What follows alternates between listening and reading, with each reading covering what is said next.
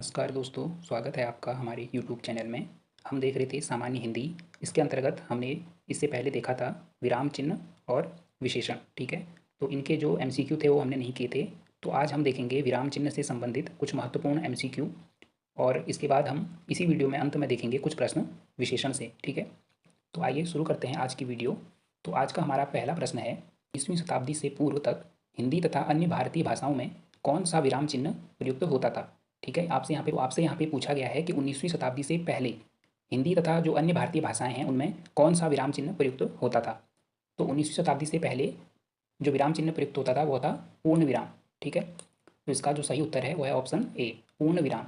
ठीक है, जो ऑप्शन बी है ये चिन्ह किसका होता है, अर्ध विराम का। ठीक है, और जो ऑप्शन डी है ये इसे कहते हैं लाघव चिन्ह, और ऑप्शन सी में जो दिया गया है ये कहलाता है योजक चिन्ह। तो आपको सभी चिन्ह पहचानने आनी चाहिए। ठीक है, अगला प्रश्न है, कौन सा विराम चिन्ह ऐसा है जो हिंदी में अंग्रेजी भाषा से नहीं लिया गया है।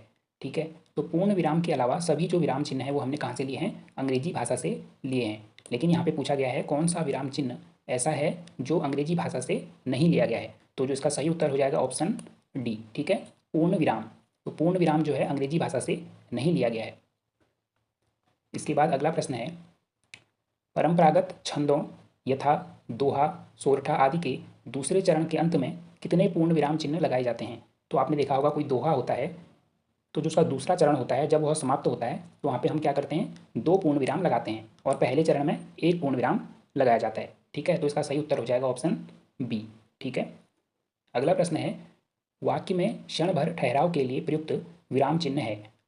तो आपने जब विराम चिन्ह वाली हमने जो वीडियो देखी थी तो हमने सभी विराम चिन्हों की परिभाषा देखी थी। तो ऐसा विराम चिन्ह कौन सा है जो वाक्य में क्षण भर के ठहराव के लिए प्रयुक्त किया जाता है। तो जब क्षण भर का ठहराव होता है तो वहाँ पे हम प्रयोग करते हैं अल्प विराम का, यानी ऑप्शन ए। ठीक है, और पूर्ण विराम का कब करते हैं, जब वाक्य हमारा जो है पूरा हो जाता है। ठीक है, और जब अल्प विराम से अधिक किंतु पूर्ण विराम से अगर हमें कम रुकना है तब हम प्रयोग करते हैं अर्ध विराम का। ठीक है, तो अगला प्रश्न है, निम्नलिखित में से अल्प विराम चिन्ह है। तो आपको अल्प विराम चिन्ह यहाँ पे बताना है। ठीक है, अल्प विराम जिसे हम कॉमा भी कहते हैं। ठीक है, तो अल्प विराम ऑप्शन सी। ठीक है, अगला प्रश्न है, विराम चिन्हों से संबंधित शुद्ध रूप का चयन कीजिए। ठीक है, किसमें जो है विराम चिन्हों का जो प्रयोग है वह शुद्ध रूप से किया गया है, हमें उस ऑप्शन को बताना है। तो अब इसमें जो ऑप्शन है देखिए एम ए। ठीक है, ये सही लिखा गया है एम ए, ये एक डिग्री है और हमने यहाँ पे लाघव चिन्ह का प्रयोग किया है। उसके बाद हम क्षण भर के लिए रुकेंगे, यानी हमने यहाँ पे अल्प विराम का प्रयोग किया, और पी एच। ठीक है, पी और एच के बीच में क्या होगा, पी एच। ठीक है, इसमें योजक चिन्ह होगा, और फिर लाघव चिन्ह, और डी फिर लाघव चिन्ह। ठीक है, तो ऑप्शन जो ए है वो हमारा सही उत्तर हो जाएगा। ठीक है, इसमें जो है बीच में अर्ध विराम का प्रयोग कर दिया है तो यहाँ पे अर्ध विराम नहीं आएगा। इसमें जो है दोनों जो डिग्रियां हैं एम ए और पीएचडी, इसके बीच में कोई भी यहाँ पे विराम चिन्ह प्रयोग नहीं किया है, इसलिए यह गलत हो जाता है। और इसमें जो है पी और एच इन दोनों में ही लाघव चिन्ह का प्रयोग कर दिया है, इसलिए यह भी जो है गलत है। ठीक है, तो ऑप्शन ए हमारा सही है। अगला प्रश्न है, निम्नलिखित वाक्य में कौन सा विराम चिन्ह छूटा हुआ है। ठीक है, यहाँ पे वाक्य लिखा है, भारत का संविधान 26 जनवरी 1950 को लागू हुआ। तो इसमें कौन सा विराम चिन्ह छूटा हुआ है। देखिए अंत में इसमें पूर्ण विराम लगा हुआ है, लेकिन इसके बीच में 26 जनवरी, तो यहाँ पे क्या आएगा, कॉमा आएगा। ठीक है, तो 26 जनवरी के बाद हम अल्प विराम लगाएंगे। ठीक है, तो अल्प विराम लगाएंगे तो इसका जो सही उत्तर हो जाएगा ऑप्शन डी हो जाएगा। ठीक है, तो यहाँ पे अल्प विराम का प्रयोग नहीं किया गया, अर्थात यह हमारा सही उत्तर हो जाएगा। इसके बाद देखिए तो अगला प्रश्न है, निम्नलिखित में से किस वाक्य के अंत में प्रश्नवाचक चिन्ह का प्रयोग किया जाएगा।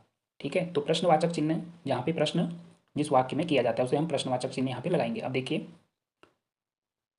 क्या करते हो, बैठ जाओ, क्या कहा, वह निष्ठावान है, वह कौन सी कक्षा में पढ़ती है। तो यहाँ पे क्या किया गया है, प्रश्न पूछा गया है, तो इसके अंत में क्या आएगा, प्रश्नवाचक चिन्ह का प्रयोग किया जाएगा। ठीक है, तो सही उत्तर हो जाएगा ऑप्शन सी।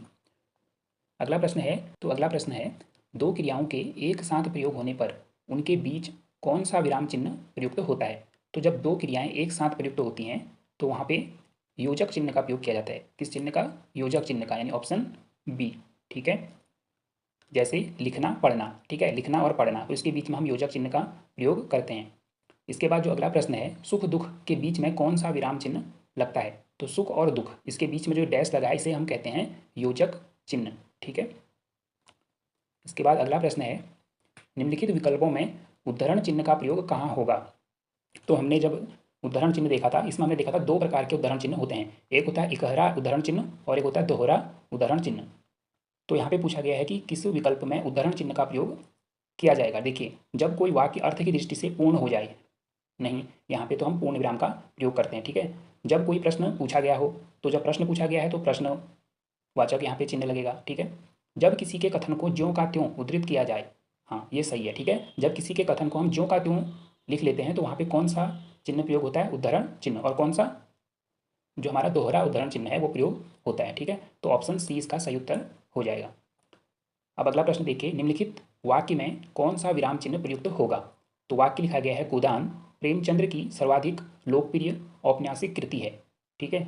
तो निर्देशक चिन्ह, उद्धरण चिन्ह, विवरण चिन्ह या योजक चिन्ह। अब देखिए, गोदान क्या है, एक रचना है किसकी, प्रेमचंद्र जी की। तो ये गोदान है, ये आएगा सिंगल इन्वर्टेड कॉमा में, यानी कि इकहरा उद्धरण चिन्ह, ठीक है। इस प्रकार से यहाँ पे गोदान को हम क्या करेंगे,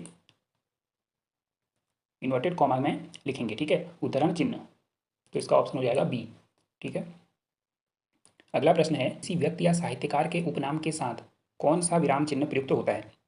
तो जब किसी व्यक्ति के साथ उसका उपनाम भी लिखा जाता है तो जो उपनाम है वो किसमें लिखा जाता है, इकहरा उद्धरण चिन्ह में, ठीक है।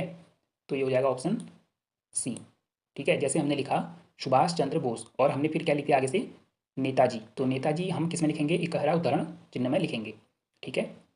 इसके बाद जो अगला प्रश्न है, नाटक में रंगमंचीयता पात्रों की मनोदशा या आंगिक चेष्टाएं व्यक्त करने के लिए किस विराम चिन्ह का प्रयोग किया जाता है, ठीक है। तो नाटक में जो रंगमंचीयता है, पात्रों की मनोदशा है आदि का जो प्रयोग किया जाता है वो किसमें किया जाता है, कोष्टक चिन्ह का प्रयोग, ठीक है। तो नाटक में रंगमंचीयता पात्रों की मनोदशा आदि को व्यक्त करने के लिए हम किसका प्रयोग करते हैं, कोष्टक चिन्ह का। अगला प्रश्न है, संवादों में किसी वाक्य या कथन को उद्धृत करने से पूर्व वक्ता या पात्र के नाम के पश्चात कौन सा विराम चिन्ह लगाते हैं, ठीक है। तो हम यहाँ पे लगाते हैं निर्देशक चिन्ह, ठीक है, यानी कि संवाद लिखने के लिए। तो हम संवाद लिखने के लिए उसके कथन से पूर्व, जैसे हमने लिखा, जैसे हम राम का संवाद लिख रहे हैं, ठीक है, तो राम, फिर हम उसके बाद क्या लगाएंगे, निर्देशक चिन्ह लगाएंगे, उसके बाद उसका संवाद लिखा जाएगा। तो यहाँ पे जो सही उत्तर है ऑप्शन बी। अगला प्रश्न है, निम्नलिखित में गलत विराम चिन्ह है, ठीक है। तो यहाँ पे हमें क्या बताना है कि कौन सा विराम चिन्ह जो है गलत है। देखिए, अल्प विराम, इसका जो चिन्ह होता है ये होता है सही है। इसके बाद है अर्ध विराम, अर्ध विराम का चिन्ह भी सही दिया गया है। प्रश्नवाचक चिन्ह, प्रश्नवाचक चिन्ह ऐसा नहीं होता है, ये किसका चिन्ह है, ये है संबोधन, ठीक है, यानी कि विस्मयादिबोधक जिसको हम बोलते हैं, ये विस्मयादिबोधक चिन्ह है, ठीक है। लेकिन जो पूर्ण विराम है ये भी सही है। तो यहाँ पे हमें गलत विराम चिन्ह का चयन करना है, तो प्रश्नवाचक चिन्ह यहाँ पे गलत बनाया गया है, ठीक है।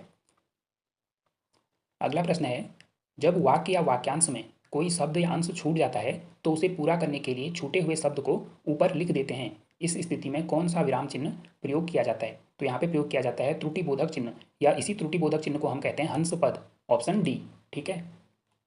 तो जब हम कोई वाक्य लिख रहे होते हैं उसके बीच में हमसे कोई शब्द छूट जाता है तो हम वहाँ पे क्या करते हैं, हंस पद बनाते हैं इस प्रकार से, और उसके ऊपर उस शब्द को लिख देते हैं। इस प्रकार से हमारा वह वाक्य शुद्ध माना जाता है, ठीक है। तो इसका सही उत्तर है हंस पद, इसी को हम त्रुटिबोधक चिन्ह भी कहते हैं। अगला प्रश्न है, मनोविकार सूचक शब्दों, वाक्यांशों और वाक्यों के अंत में प्रयुक्त होने वाला जो चिन्ह है वह कौन सा है। विस्मयादिबोधक चिन्ह, प्रश्नवाचक चिन्ह, उद्धरण चिन्ह या निर्देशक चिन्ह। तो जो मनोविकार सूचक शब्द हैं वहाँ पे हमें प्रयोग करना होता है विस्मयादिबोधक चिन्ह का, ठीक है। ऑप्शन ए इसका सही उत्तर हो जाएगा। अगला प्रश्न है, निम्नलिखित में विराम चिन्ह नहीं है, ठीक है। तो यहाँ पे विराम चिन्हों के नाम लिखे गए हैं लेकिन एक विराम चिन्ह यहाँ पे नहीं है। देखिए, अर्ध विराम, अल्प विराम, कोष्टक, अनुनासिकता चिन्ह। तो अनुनासिकता चिन्ह इस प्रकार का कोई विराम चिन्ह नहीं होता है, ठीक है। तो ऑप्शन सी। फिर वही प्रश्न है, विराम चिन्ह नहीं है, निर्देशक चिन्ह, कोष्टक और हंस पद, ये तीनों विराम चिन्ह है लेकिन विसर्ग कोई भी विराम चिन्ह नहीं होता है, तो ऑप्शन डी, ठीक है। तो ये थे विराम चिन्ह से संबंधित 20 महत्वपूर्ण प्रश्न। अब हम देखेंगे इसके बाद जो हमने अगला टॉपिक किया था विशेषण, ठीक है। तो विशेषण के भी हमने जो है प्रश्नोत्तरी नहीं की थी, तो आज हम कुछ प्रश्न यहाँ पे विशेषण से भी देखेंगे, ठीक है। तो देखिए, पहला प्रश्न है, मोहन का घोड़ा सफ़ेद है, उपयुक्त वाक्य में सफ़ेद क्या है, ठीक है। तो हमने जब विशेषण हमने टॉपिक किया था, हमें पता है कि विशेषण वे शब्द होते हैं जो संज्ञा अथवा सर्वनाम की विशेषता बताते हैं, ठीक है। अब देखिए, मोहन का घोड़ा सफ़ेद है, तो इसमें हमें बताना है कि जो सफ़ेद है ये शब्द क्या है। तो ठीक है, तो सफ़ेद क्या है, इसका ही विशेषता बता रहा है, यानी कि ये क्या है, विशेषण है, ठीक है। और विशेषण भी कैसा, गुणवाचक विशेषण, ठीक है। जो रंग, रूप, आकार ये सब आते हैं, किस में आते हैं, गुणवाचक विशेषण के अंतर्गत आते हैं। अगला प्रश्न है, निम्नलिखित में कौन सा शब्द विशेषण है। अब यहाँ पे आपको 4 शब्द दिए गए हैं और बताना है इनमें से जो कौन सा शब्द है जो विशेषण है। देखिए, आभूषण, हस्ताक्षर, सत्यनिष्ठा या हस्ताक्षरित। अब देखिए, विशेषण की जो सबसे बड़ी पहचान है वह क्या है। जो विशेषण है वो संज्ञा या सर्वनाम शब्दों की विशेषता बताएगा।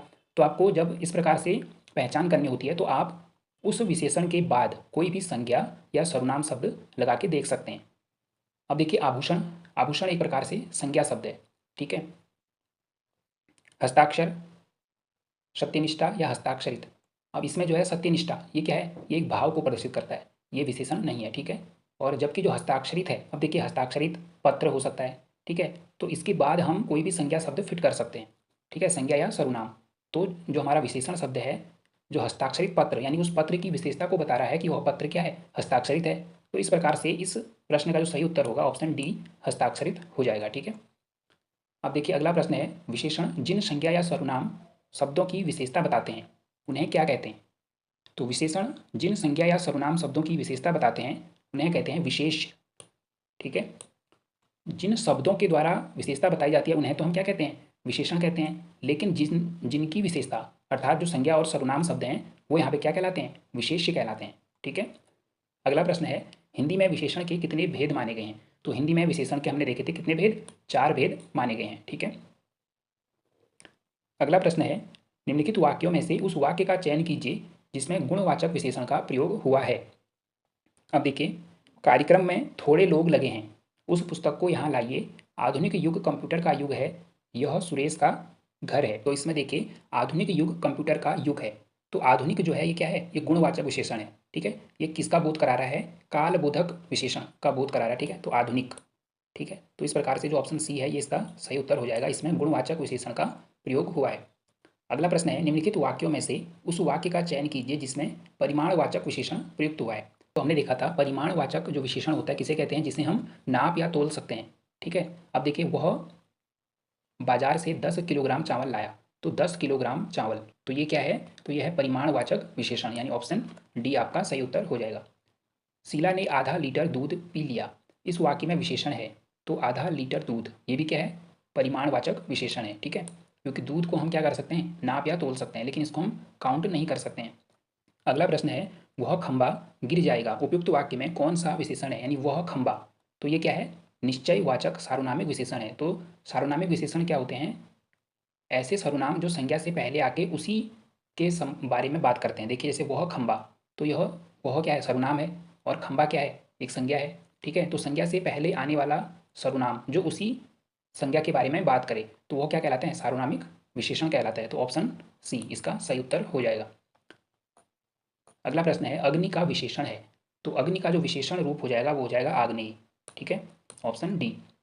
अगला प्रश्न है, इतिहास संज्ञा शब्द है, तो जो इतिहास है वह संज्ञा शब्द है, इसमें इक प्रत्यय जोड़ने से कौन सा विशेषण बनता है। अब देखिए, यहाँ पे ऐतिहासिक को ही 4 प्रकार से लिखा गया है, तो ये आपसे शुद्ध वर्तनी में भी पूछा जा सकता है। तो जो इसका सही उत्तर है वो है ऐतिहासिक, ऑप्शन सी, ठीक है। अगला प्रश्न है, भूगोल शब्द से विशेषण बनता है, तो भूगोल शब्द से जो विशेषण बनता है वो बनता है भौगोलिक, ठीक है। भौगोलिक की जो शुद्ध वर्तनी है वो है ऑप्शन डी में, ठीक है। तो अगला प्रश्न है, तुलना की दृष्टि से विशेषण की कितनी अवस्थाएं होती हैं। तो हमने देखा था तुलना की दृष्टि से विशेषण की 3 अवस्थाएं होती हैं, ठीक है, मूलावस्था, उत्तरावस्था और उत्तमावस्था, ठीक है। तो इस प्रकार से तुलना की दृष्टि से विशेषण की 3 अवस्थाएं होती हैं। अगला प्रश्न है, ज्येष्ठ की उत्तरावस्था क्या है, ठीक है। तो ज्येष्ठ क्या है, ये मूल अवस्था में है, तो इसकी जो उत्तरावस्था है वो हो जाएगी ज्येष्ठतर, ठीक है। ज्येष्ठतर इसकी उत्तरावस्था हो जाएगी और इसकी उत्तमावस्था हो जाएगी ज्येष्ठतम, लेकिन यहाँ पे उत्तरावस्था पूछा है तो ऑप्शन डी, ठीक है, ज्येष्ठतर। अगला प्रश्न है, न्यून की उत्तमावस्था क्या है। अब यहाँ पे आपसे उत्तमावस्था पूछा है, तो न्यून की जो उत्तमावस्था हो जाएगी न्यूनतम, ठीक है, ऑप्शन सी इसका सही उत्तर हो जाएगा, ठीक है। अगला प्रश्न है, विरहत की उत्तमावस्था क्या है, तो जो विरहत की उत्तमावस्था है वो है विरहत्तम, ठीक है। अगला प्रश्न है, संज्ञा और विशेषण की दृष्टि से निम्नलिखित में से कौन सा युग्म असंगत है, ठीक है। व्याकरण, व्याकरणिक, इच्छा, ऐच्छिक, शुल्क, निःशुल्क, श्रृंगाल और श्रृंगाल, ठीक है। तो श्रृंगार और श्रृंगाल ये क्या है, ये युग्म असंगत है, ठीक है। श्रृंगार से जो हमारा बनेगा वो श्रृंगारिक हो सकता है इसका विशेषण, लेकिन श्रृंगाल मतलब होता है गीदड़, ठीक है। तो ये जो है सही सुमेलित नहीं है, ऑप्शन ए, ठीक है। तो ये थे विराम चिन्ह और विशेषण से संबंधित कुछ महत्वपूर्ण प्रश्नोत्तरी। तो आज की वीडियो में इतना ही। अगली वीडियो में हम देखेंगे हिंदी व्याकरण के अंतर्गत किसी एक नए टॉपिक को। तो मिलते हैं आपसे जल्द ही अगली वीडियो में। धन्यवाद।